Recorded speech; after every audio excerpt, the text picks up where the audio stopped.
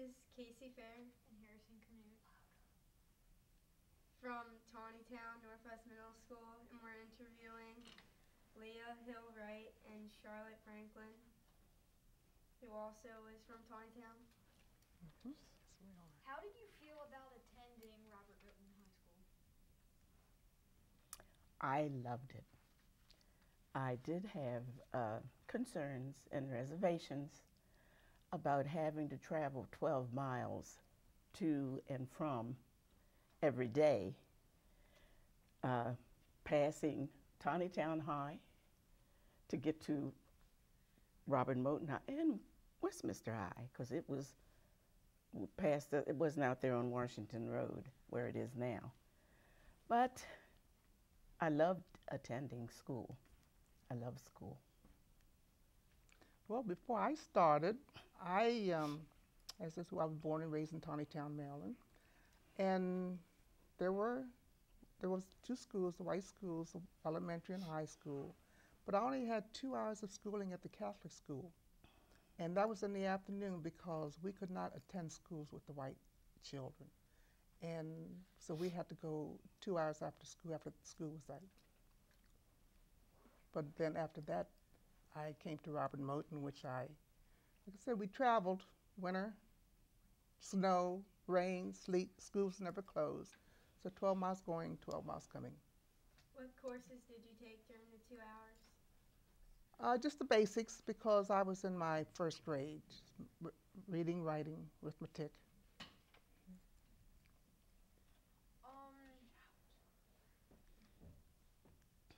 How was your school day? At Robert Moton, or Yeah, at Robert Moton.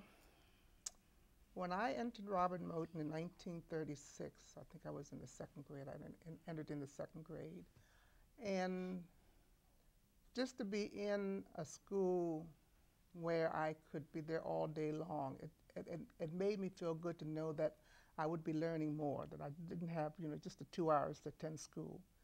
And the way we got there, my mother found out about this, I think it was a black supervisor, Miss May Prince at that time. And I came home one day and saw this black woman sitting on my mother's front porch. I wondered who she was.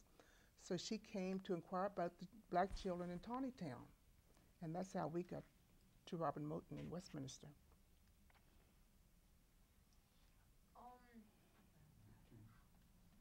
Did you take classes like gym in school? No, at that time when I was going to Robert Moton, I didn't go to this Robert Moton. I went to the old one. And the only gym exercise I had was field day. That was about it for me. And we had to practice for the games that we did on field day, in which we had track and flag relay and dodgeball. And of course, we played dodgeball on recesses and all like that at school. But that's the only kind of sports I had at Robert Moton at that time. What was field day? Field day was a great day. Schools from all over Carroll County would come, and we would had teams. We would play volleyball with different teams and all like that. And I think most of the times Robert Moton came ahead of the other schools. We played like Cooksville and some of the other schools that we played. And I mean, it was just a big day, and that was an all-day thing. So it was really nice. You didn't mess with Robert Moton. What was your favorite game? Volleyball. Why?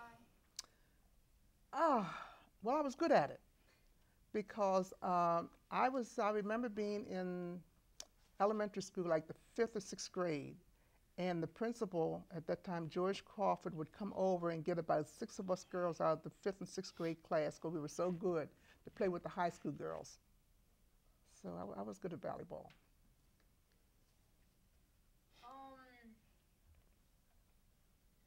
Mrs. Wright, what did you play? I played basketball because I did have the privilege of attending here. I started my schooling at 1940, and my sister here, and there's one between us, especially the one between us, said, "Ha ha." See, they put the 12th grade on I had to go 12 years. They only went 11. And so they teased me, ha ha, you had to go 12 years. So when we got here, we had the equipment. And I was center forward on our basketball team. Loved it. Do you have any other activities? You mean in sports or just in school general? In general. Yes. A little bit of history. When we moved here, I wrote our alma mater. Okay. Could you sing that for us? Oh my goodness. Now? Why You not? want it now? Yes. Our love is with you, Moton High. Some leave, but by you will abide. We're proud just to be with you 9 until 3. And our memories of you will eternally be. 4 years we are here in your arms. We learn and we come to no harm. So as years will go by, we'll face you with a smile. For we love you, dear Moton High. Thank you for that cough drop. I'm glad I got a little bit of the cross drop.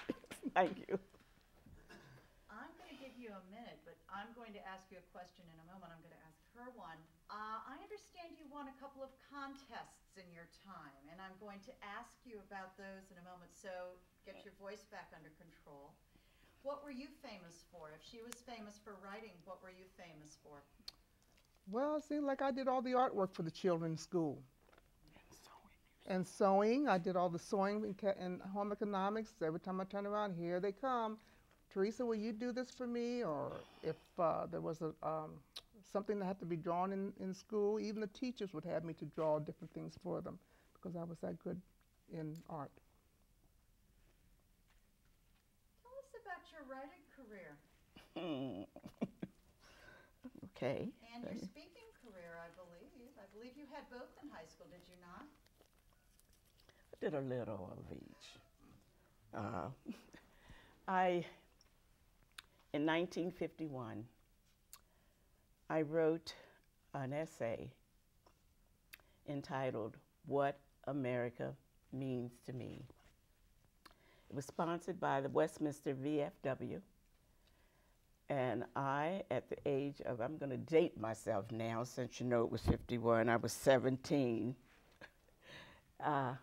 won first prize over the 17-year-old in Westminster High and the 17-year-old in St. John's Catholic High.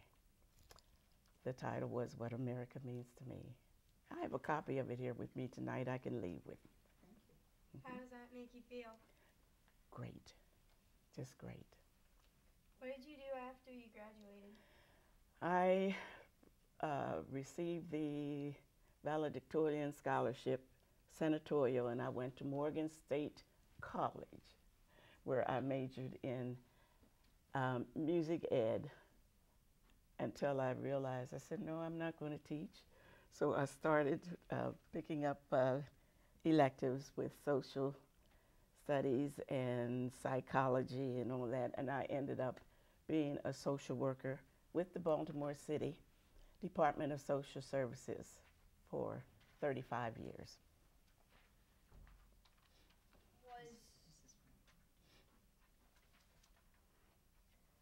Mrs. Franklin, what did you do after you graduated?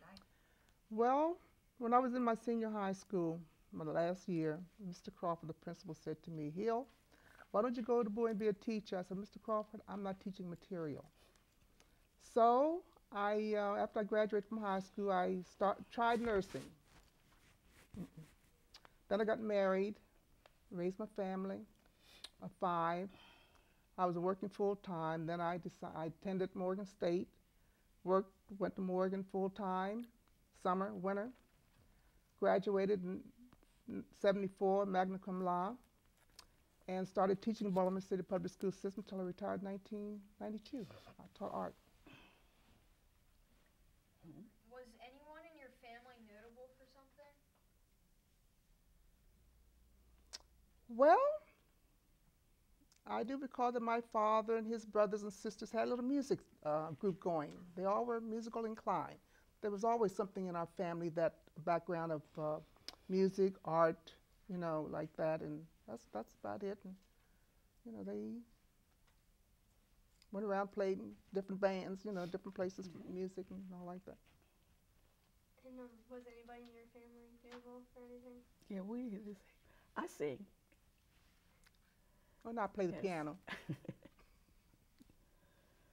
Hmm. What was it like growing up in Taneytown?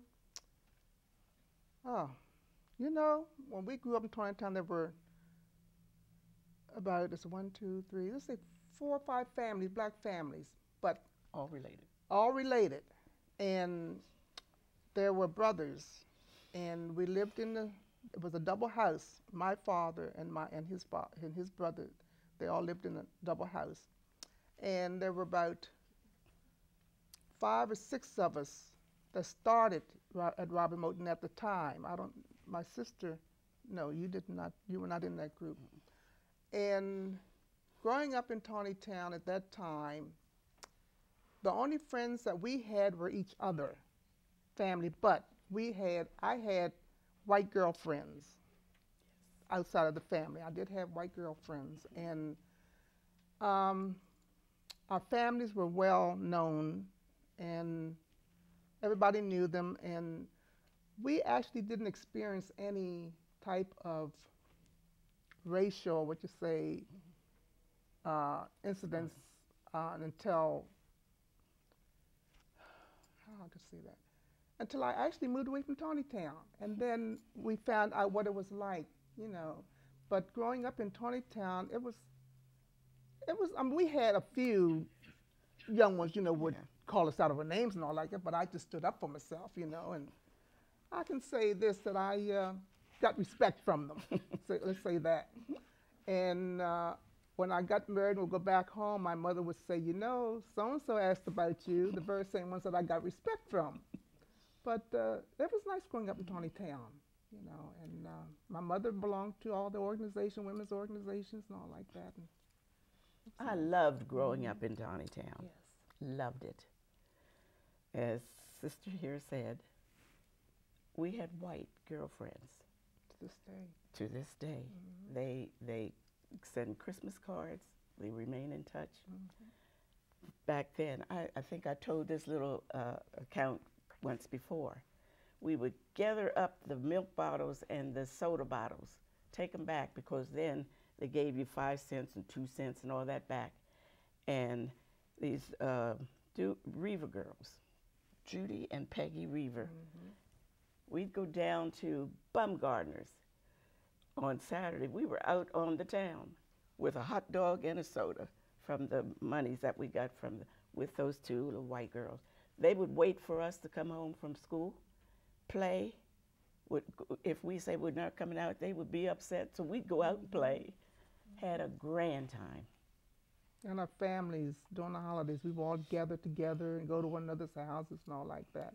And in the summertime, we had neighbors. We all were in one another's yards and just having a great time. That's how it was coming up to Taneytown. What do you tell your children about Robert Moton? Oh, what have I told them? Well, they were surprised to know that we had to travel, like we did. And I just don't have it meant for Robert Moton. I thank God for Robert Moton, because Robert Moton has put me where I am today. Yes. The education that we got. And we had some very good teachers. That was, they were dedicated teachers. And every teacher in that school knew every child in that school by name. So we couldn't get by doing anything wrong. So that's what I would tell my children, how it was coming up when we would come up. What would you tell your children? Well, my children came for the opening and the dedication here, so they saw, and they were very interested and wanted to know about the other school. Of course, it's up on the upper end of Charles Street. So I related to them our field days, how we played egg and spoon, frag relay, and just had a grand time. We had a big field and a little field. And we couldn't wait because when we were on the little field, because we were elementary, you understand. But the big field was for the big kids, the students, the high school students. So we had big and little field. Big field had the softball and the volleyball. Track. And the little baseball, yeah. And the little field had the egg and spoon, the seesaws and the swings and that sort of thing. So How long was your bus ride? okay, for 11 miles, it was about, well, first off, in leaving Taneytown, we didn't get this little piece in. We walked from, well, we lived in the city of Taneytown, so we walked from Church Street down to George Street, where the school was. Because the school buses came and left the white children off. They picked us up and took us to Tyrone, Maryland. You know, you've heard of Tyrone? Where a car came and picked us up and took us the rest of the way to Westminster. Mr. Krabs would pick us up and take us first, and then he would bring the white children to school. Yes, they picked the white children up and bring them back. Then Mr. Mason, a white man in what was the name of the Frizzlesburg. He would come to Tyrone and pick us up and bring us all the way to Robert Moton. And then he would bring us back to Tyrone, and when Mr. Krabs left the white kids off, he would pick us up, take us home. Then after that stop, then Mr. Lester Waller, black businessman in Westminster, then he picked up from there. And the children, when they would see us pull up, they said, you were privileged because we rode to school in a limousine.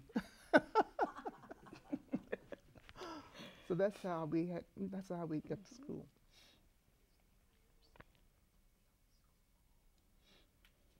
I understand that at the old school you had outhouses. What was it like? Did we ever? In like winter and stuff. Oh, yes. Well, we were kind of used to it because in Taneytown, when we came up as small children, we had outside toilets at the time. But they weren't weren't like archaic like the ones at Robert Moton. And it was you really hated to go. You know, you tried your darndest to hold it until you got home. But sometimes you couldn't do that. You just had to. But that's, you know. I remember I had to speak to some 8th graders in the school that I taught art about my experience at Robert Moton. So when I got to that part about we had outside bathrooms, toilets, they said to me, well, did you have a hole where you had to go to? Did you have to dig a hole? I said, no. I said, we had outside toilets, you know, the outside. But they were surprised that, you know, when I told them my experience in high school. What was your like happiest or favorite memory? Oh, getting out of elementary, going into the middle school part, which made me feel like I was growing up, you know, and all like that. That, and then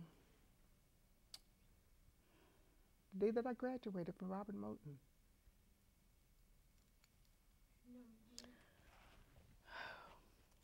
Well, I had several. I had the rescue of my older sister one time when I was smacked in the face with a snowball. See, she came, y'all stop this, talking to the boys because they were throwing them, you understand, and they stopped. I think she carried some weight, so you understand. They didn't mess with her. I know big sister would take care of me. I remember that to this day. I remember that too. And my graduation day. Mm-hmm. Is there anything you would change?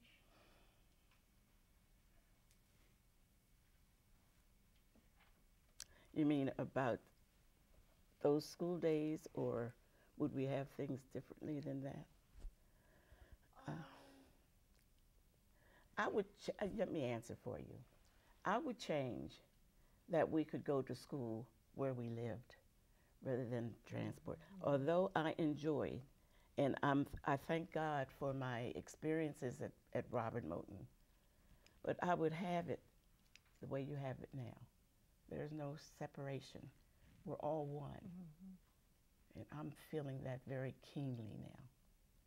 We're all one. What about you? I feel the same way. Yeah. I wouldn't change that. I just feel the same way that, being able to have gone to school in my town, instead of having to travel, all like that. And but I mean, I met a lot of friends in my school experience, and the teachers. It's just the way the teachers rallied around us, and were very, very dedicated. So, and I think that my experience with Robert Moton helped me to better myself, let's say. Did you have like 3 wishes now? Like anything? Well, mine is that for people to love one another, and I think now it's leaning towards that way. I mean, I feel very positive because since all of this, I have encountered people who have really stopped and talked, who I thought would not, stop and talk, and what they've had to say. And I had one person say to me that she was in a group and there was some negative vibes being said, and when she finished talking, she said it was a big change that came over the people, and it was more of a positive. So that, to me, that's one of my wishes, is for people to really rally together and to love. Love can do a whole lot, because there was a whole lot of love being generated Tuesday. You could feel it. Even though you weren't there in person, it seemed like you could just feel all of that generating from watching it on TV. And your 3 wishes? I can piggyback on that. And I can also say that, even prior to this, I'll let you in on what I had taken to doing. When you go to the market and your basket gets in the way, a person came down the aisle and said, "Excuse me," and I moved my basket. I said, "Oh, yes." And when the lady got by, she was a white lady, I said, "Now I have to charge you $5,000 for having moved my basket." She said, "Can I bring it back?" I said, "Sure." She said, "You wait here." And we both just laughed. And I've been doing that just all the time now. And people relate, because I'll do anything for a laugh. Like we have to change tapes. We've got about 2 more questions. Yeah, we're good. We got some time. I think we've got 2 good follow-up closing questions. How did you feel when you were watching the inauguration on TV, or if you were there? I felt filled with even more love and more desire to just mingle and be with all people. Just love. Happy. I feel the same. Very emotional, and it's still It's ready. it's still sinking in, for something like that. And I'm just so happy that I was here to see this. That's it. I'm so happy to know that. How do you think President Obama will change the U.S.? With our help, Yes. we all have to help. We all have a responsibility to help to bring this change to this country and to the world. I think it started. It has. It has started. Well, thank you for coming to the interviews, and this will really help with the website and everything. Well, thank We you. thank you.